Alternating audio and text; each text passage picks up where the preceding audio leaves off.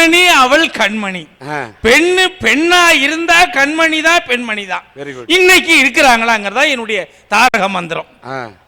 வீட்டில ஒன்னு சொன்னா 9 சொல்றா.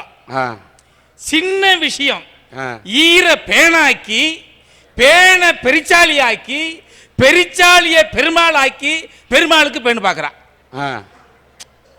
நான் ஒன்னு அறிவு இருக்கான்னு கேட்டேன், அவ்வளவுதான். ஒரு சின்ன சமாச்சாரம் சண்டை வந்து உனக்கு அறிவு இருக்கான்னு கேட்டேன்.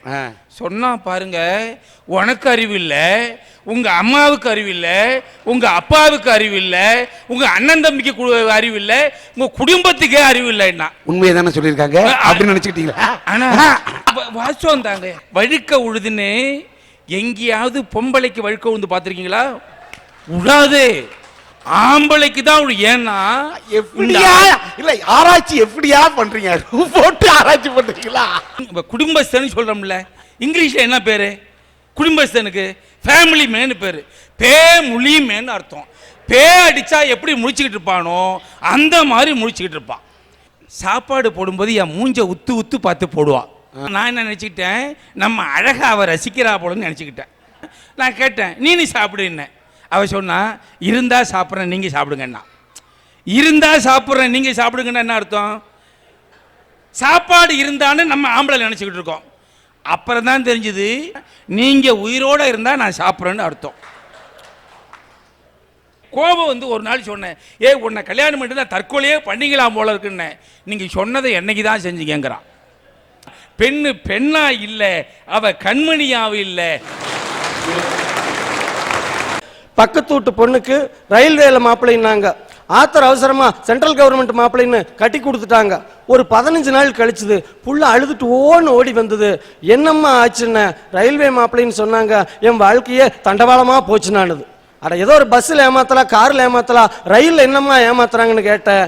மாப்பிள்ளை ரயில் நின்னா ஓடிக்கிட்டு இருக்கிறாரு, ரயில் ஓடிடுச்சுன்னா நின்றுகிட்டு இருக்கிறாருன்னுது. இது என்ன வேலைடா, ரயில் நின்னா ஓடுறது, ஓடுனா நிக்கிறதுன்னு கேட்டா ரயில்வே ஸ்டேஷன்ல முறுக்கு விற்கிற வேலையாமாங்க. எப்படி எல்லாம் ஏமாத்துறான். விளம்பரத்தை பார்த்து வாழ்க்கையவே நாம தொலைச்சுக்கிட்டு இருக்கிறோம். ஐயா இதெல்லாம் பரவாயில்ல. இன்னைக்கு பிறக்கிற குழந்தைகளுக்கெல்லாம் பல்லு முளைக்குதோ இல்லையோ கையில செல்லு முளைச்சுக்குதுங்க. ஒரு ஆத்திர அவசரத்துக்கு அப்பனாத்தால கூப்பிடுறதுக்கு கொண்டுட்டு போடான்னு கொடுத்துட்டா கூட இருக்கிற பிள்ளைகளெல்லாம் கிளிக் கிளிக் கிளிக்குன்னு படம் பிடிச்சிட்டு வந்திருக்கிறான். ஒரே ஒரு நாள் மிஸ்டு கால் வந்ததுங்க. கிறங்க தொலைதுன்னு கமெண்ட் விட்டுருந்தா பிரச்சனை இல்லை, திருப்பி இது அதிர்ச்சுது. பார்த்தோம்னு சொன்னா ராங் நம்பரா போச்சு. அதோட விட்டு தொலைச்சாங்களா, மறுபடியும் 2 பேரு நம்பர் பிஸியா பேச ஆரம்பிச்சாங்க. கொஞ்ச நாள்ல பார்த்தா ஏடான்னு போட்டு ரெண்டுமே என்கேஜா போச்சு. ஒரு 6 மாசம் ஆச்சு, அடையாளமே தெரியல. ஹெல்மெட் சிகப்பு டிஷர்ட் மட்டும் இந்த மெசேஜில் வந்தது. மூக்கு மூலியமா போன புள்ள 3 மாசம் கழிச்சு பார்த்தா வாய்மகரமா வந்து நிக்குதுங்க. என்ன ஏதுன்னு கூட கேட்கல. ஒரு கலாச்சாரம் ஒரு 6 மாசமா செல்போன்ல பேசணும்னு நம்பி தன்னுடைய வாழ்க்கையவே தொலைச்சிட்டு வந்துருச்சுங்க. ரோட்ல ஒரு கார் 20 கிலோமீட்டர்ல போச்சுங்க, சைக்கிளும் 20ல போச்சு. கார் 40ல போச்சு, சைக்கிளும் 40ல போச்சு. கார் 80ல போச்சு, சைக்கிளும் 80ல போச்சு. கார்காரனுக்கு ஒரே சந்தேகம், இறங்கி வந்தான். ஏன்டா டேய், நீ என்ன மனுஷனா இல்ல மிருகமா, இப்படி காருக்கு சரியா வாரியேன்னா. சைக்கிள்காரன் அமைதியா சொன்ன, டேய் ஒரு ஓரத்தில் நான் பேசாம போயிட்டு இருந்தேன், வேட்டை பம்பரல மாட்டி நீ தானே அழுத்துட்டு போனீனா. அது மாதிரி அமைதியா போயிட்டு இருக்கிற சைக்கிள் வாழ்க்கைய ஜிகிஜிலிப்பாங்காட்டி, குழந்தைக்கு கிழக்கையாட்டி தோட்ட புடுங்கிற மாதிரி வித்தைகளை காட்டி காரோட போய் சேரோட விழுந்து நாரோட போய் நாசமா போச்சு.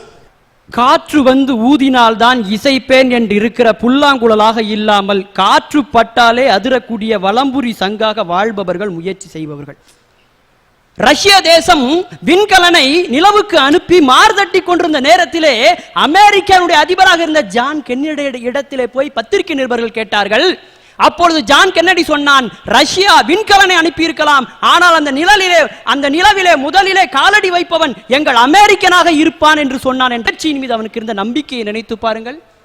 நீல் ஆம்ஸ்ட்ராங் அந்த அழகிய நிலவிலே தன்னுடைய கால் தடத்தை பதித்து விட்ட பிறகு பத்திரிகையாளர்களிடத்திலே சொன்னான், இது ஒரு மனிதனுடைய சிறிய கால் தடமாக இருக்கலாம், ஆனால் இதுதான் மனித குலத்தின் மிகப்பெரிய காலடி என்று சொன்னான். என்றால் அந்த முயற்சியை நீங்கள் நினைத்து பாருங்கள். 14ஆம் நூற்றாண்டிலே கலீலியோ பிறந்த பிறகுதான் தொலைநோக்கி கண்டுபிடிக்கப்படுகிறது. வானத்தை பார்த்து சொன்னார்கள் 9 கோள்கள் இருக்கின்றன, 27 நட்சத்திரம் இருக்குன்னு. ஆனா 7ஆம் நூற்றாண்டில் வாழ்ந்த நம்முடைய ஞானசம்பந்தர் பெருமான் தேவாரத்திலே கோளறுபதிகத்தில் எழுதினார் ஐயா, மாசரு திங்கள் கங்கை முடிமேல் அணிந்து என் உளமே புகழ்ந்தாதனால் ஞாயிறு திங்கள் செவ்வாய் புதன் வியாழன் வெள்ளி சனி பாம்பிரண்டு மிகவே அவை நல்ல நல்ல ஆசரு நல்ல நல்ல என்று எழுதினாரே. அடியாருக்கு நல்ல அடியாருக்கு இல்லவே ஐயா, மேலை உலகம் எதை விண்கலனையும் செயற்கைக்கோளையும் அனுப்பி வெளியில் தேடியதோ அவர்களுக்கும் விடை கிடைத்தது. சித்தனாக ஞானியாக முனிவனாக காட்டுக்குள்ளே அமர்ந்து கொண்டு கண்களை மூடிக்கொண்டு உணவு இல்லாமல் காற்றையே சுவாசித்து எதை உள்ளே தேடினார்களோ நம்ம ஆன்மீக பூமி அவர்களுக்கும் விடை கிடைத்தது. காரணம் இரண்டிலுமே முயற்சி இருந்தது. நண்பர்களே, ஒன்றை சொல்லுகிறேன். நீங்கள் அறையிலே சுவாசிக்கிறீங்க, இது தொலைக்காட்சியில் பார்த்துட்டு இருக்கவங்க வீட்டில் சுவாசிச்சுட்டு இருப்பாங்க இல்லையா?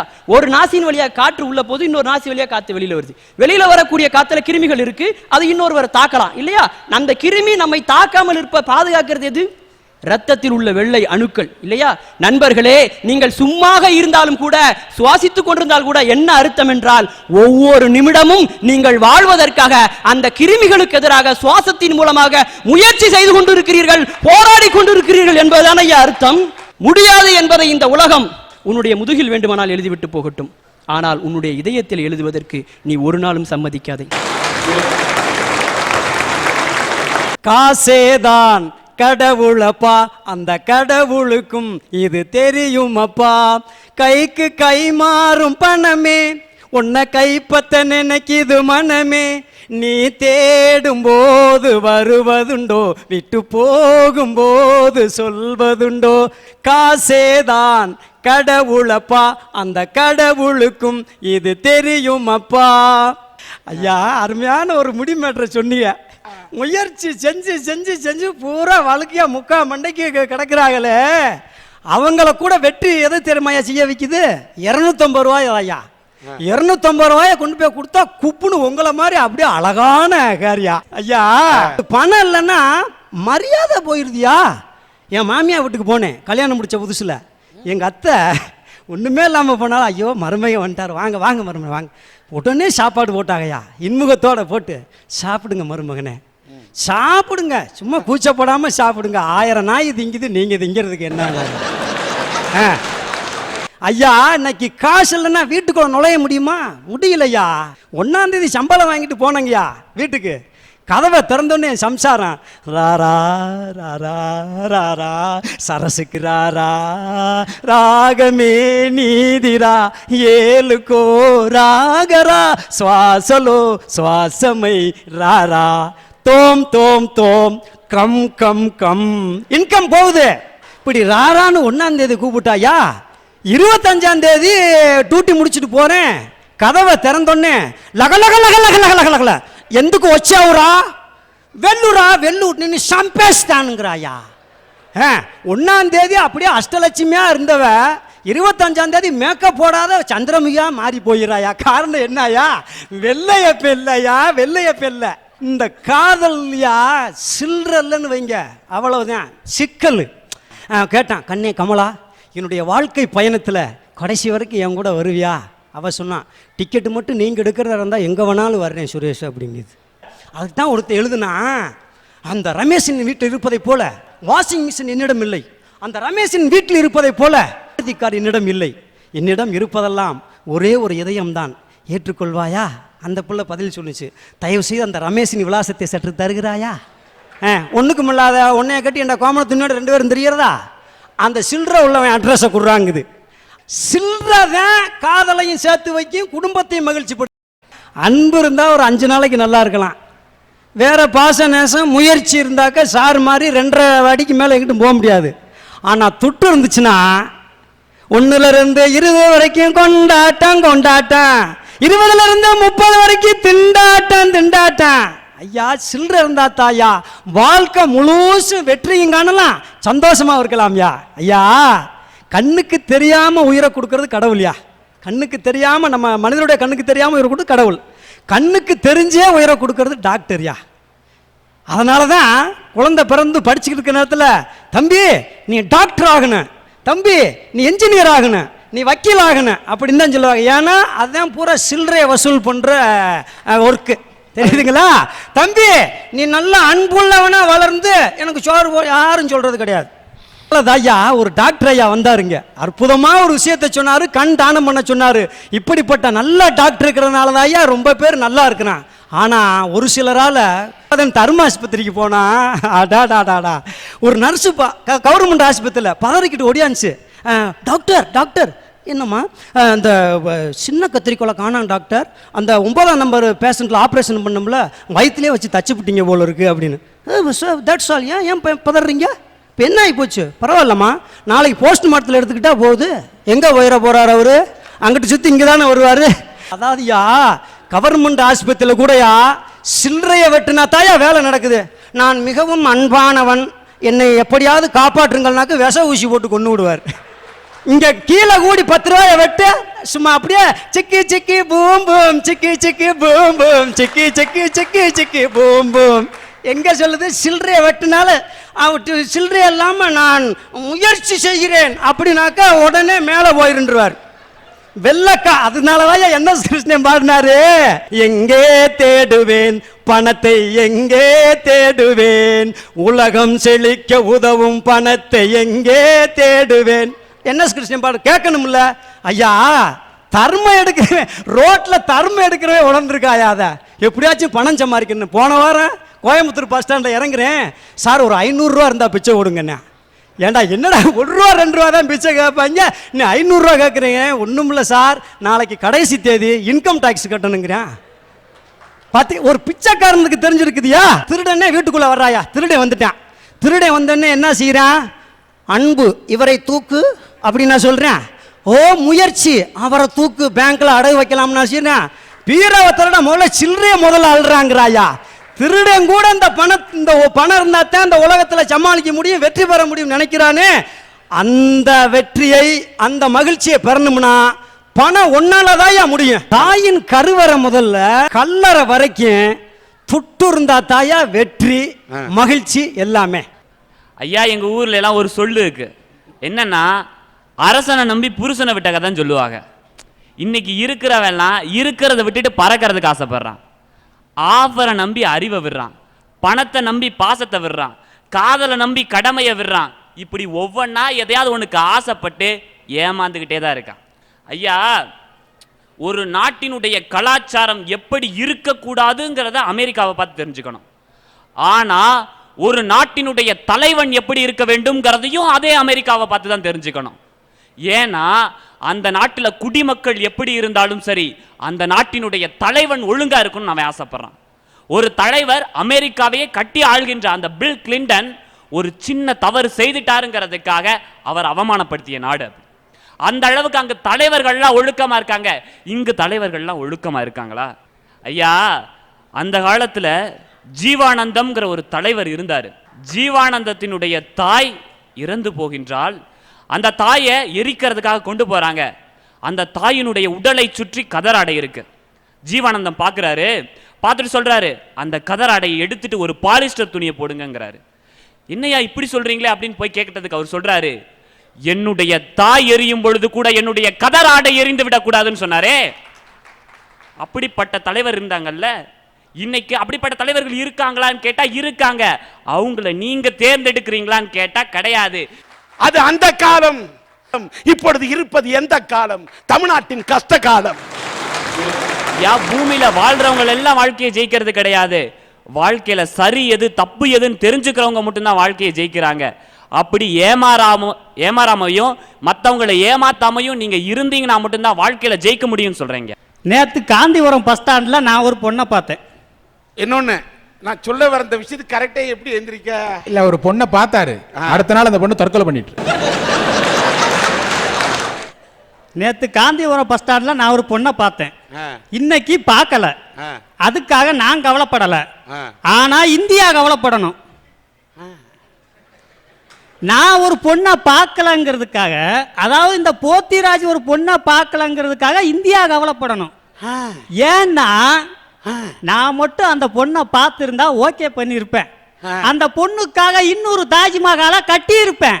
இன்னொரு தாஜ்மஹால் இல்லையேன்னு இந்தியா கவலைப்படணுமா நான் கவலைப்படணுமா? நீ தாஜ்மஹாலை கட்டிக்கிட்டாரு, அவளை எவனா ஒருத்தன் கட்டிட்டு போயிடுவான். என்ன போத்திராஜு என்ன பண்ணாப்புல நேரா டாக்டர்கிட்ட அழைச்சிட்டு போனேன் அப்படின்னாப்புல. சரின்னு டாக்டர்கிட்ட அழைச்சிட்டு போனேன்.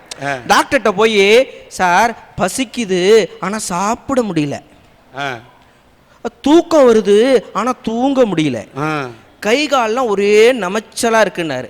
உடனே சொல்லிட்டு சார் இது லவ் தானே அப்படின்னு இந்த ஆளே கேட்டான். அதுக்கு டாக்டர் சொன்னார், போடா மூதேவி இது பன்னி காய்ச்சலோட அறிகுறிடா, முதல்ல போய் பெட்ல சேர்றானாரு. அந்த பார்ட்டி இது பார்த்து எட்ட நில்லுங்க. இந்தியாவில் ஏன் பாசம் அதிகமாக இருக்குன்னா, இந்தியா அன்புங்கிற தாரக மந்திரத்தை கையில் எடுத்திருக்கு. ஒருத்தனோட உயிரை எடுக்கணும்னா வில் அம்பு விடணும், ஒரு பொண்ணோட இதயத்தை எடுக்கணும்னா காதல் அம்பு விடணும். வாழ்க்கையில் ஜெயிக்கிறதுக்கும் அன்பு தேவை, காதலில் ஜெயிக்கிறதுக்கும் அன்பு தேவை. அதனால தான் இளைஞர்கள்லாம் காதலில் ஜெயிக்கிறதுக்கு அன்புங்கிற தாரக மந்திரத்தை கையில் எடுத்திருக்காங்க. எங்கள் ஐயா என் மேலே வச்சிருக்க பாசத்தை மாதிரி இந்த உலகத்தில் எந்த ஐயாவும் அம்புட்டு பாசம் மேலே வச்சிருக்க மாட்டார். நான் முதல்ல என் காலேஜ் கிளம்பி போகும்போது எங்கள் ஐயா என்னை பார்த்து கோண்டு அழுதார். எப்போ எம்மளை இம்புட்டு பாசமானு நான் கேட்டேன். அது எங்கள் ஐயா சொன்னார், அட தருதலை நீ என்கிட்ட இருந்து பிரிஞ்சு போய் அதை நினச்சி அழுகலை, நீ படித்து முடிச்சுட்டு வந்த உடனே எனக்கு கல்யாணத்தை முடிச்சு வைன்னு ஒத்த காலம் நின்றுட்டு அழுவியே, அதை நினச்சிட்டு நான் அழுகுறேன். உன் அழகுக்கு ஏற்ற மாதிரியா ஒரு பொண்ணை என்னால் தேடி கண்டுபிடிக்க முடியாது, அதனால் படித்து முடிச்சுட்டு வரும்போதே உனக்கு ஏற்ற மாதிரி ஒரு பொண்ணை கூப்பிட்டு வந்துருந்தார். காலேஜுக்கு போகிற மகன் திரும்பி வரும்போது பொண்ணோட தான் வருவேன்னு சொல்லிட்டு வந்தேன். ராசா ஐயா போத்திராஜா, நம்ம இருக்கிற அழகுக்கெல்லாம் இந்தியாவில் நீ காலேஜ் படிச்சுன்னா பொண்ணு கிடைக்காதியா, சவுத் ஆப்பிரிக்காவுக்கு போனால் தான் நம்ம நேரத்துக்கு கிடைக்கும். ஆமாம் போத்தி ராஜா, இதே மாதிரி நிறைய இடத்துல பழகிட்டே இருந்தீங்கன்னா போத்தி ராஜாவாக இருக்க மாட்டேன், கூடிய சீக்கிரம் புள்ளி ராஜாவாயிடுவேன். சரி ஐயாட்ட இப்படி சொல்லிட்டுமே அப்படின்னு சொல்லிட்டு காலேஜில் போய் நானும் ஒரு வருஷமா பண்ணி பார்த்தா ஒன்றும் செட் ஆகலை. நீங்கள்லாம் வண்டியை ஓட்டணும்னா 8 போட்டு காமிக்கணும், நான் பொண்ணுங்க முன்னால் 16 போட்டு காமிச்சேன், அப்படி இருந்தும் ஒன்றும் செட் ஆகலை. நான் தெரியாமல் தான் கேட்குறேன், எங்கள் தாத்தா கிட்ட இருக்கிற அன்பை எங்கள் பாட்டி மேலே காட்டுறாரு, எங்கள் அப்பா கிட்ட இருக்கிற அன்பை எங்கள் அம்மா மேலே காட்டுறாரு, என்கிட்ட இருக்கிற அன்பை நான் யார் மேலேயா காட்ட, பொண்ணுங்க மேலே தானையா காட்ட முடியும். உங்கள் தாத்தா உங்கள் பாட்டிக்கு தாலி கட்டிட்டார், உங்கள் அப்பா உங்கள் அம்மாவுக்கு தாலி கட்டிட்டாரு, அதனால பாசம் காட்டார். நீ தாலி கட்டிட்டியா? கட்டுவையா இனிமே? ஃபிகரோட நீங்க பீச்சில் வீடு கட்டி விளையாடுறதோட அருமை, ஃபிகரோட அண்ணன் உங்களை ஊடு கட்டி அடிக்கிறப்ப தாயா உங்களுக்கு புத்தி வரும். ஏம்மா சண்டைனா சட்டை கிளியத்தான் செய்யும், காதல்னா அடி விழத்தாமா செய்யும். சண்டையில் கிளியா சட்டை எந்த சட்டை இருக்கு? அதனால நானும் இளைஞர்களும் காதலை ஜெயிக்கிறதுக்கு அன்புங்கிற தாரக மந்திரத்தை கையில் எடுத்திருக்கோம். உண்மையிலே வீட்டில் இவனை பெத்தாங்களா தவிட்டுக்கு வாங்கினாங்கன்னு தெரியல. பெத்தவங்க அப்படி சொல்லுவாங்களா, பொண்ணை நீயே பார்த்துக்கொன்னே, தாய் அப்படி விட்டுருவாளா பொண்ணை பார்க்கறதுக்கு? பொண்ணு வீட்டில் போய் பேரம் பேச வேண்டாம். பொண்ணுக்கு நீங்க என்ன போடுவீங்க? அங்க இங்க சுத்தி மேட்டுக்கு வரேன். நாங்க கழுத்துல நகையை போடுவோம், காதுல கம்மல் போடுவோம், கையில வளையல் போடுவோம். அதே இது பொண்ணு வீட்டுக்காரன் மாப்பிள்ளை வீட்டுக்காரன் கேட்கான், நீங்க என்ன போடுவீங்க? மாப்பிள்ளை வீட்டுக்காரன் தெளிவா சொல்லுதான், நீங்க போட்டிருக்கெல்லாம் வித்து நாங்க வாயில போடுவோம், அதை நீங்க கண்டுபிடிச்சிட்டாங்கன்னா உங்க பொண்ணை நாங்க தூக்கில் போடுவோம். எல்லாம் தெரிஞ்சு போச்சுன்னா திருட வந்து கலாண்டு போயிட்டான் நாடகம் போடுவோம். இதெல்லாம் இருக்க, இதை தாண்டி ஒரு தாயும் தந்தையும் நீரே பொண்ணை பார்த்துக்கலான்னு சொல்லுவாங்களா?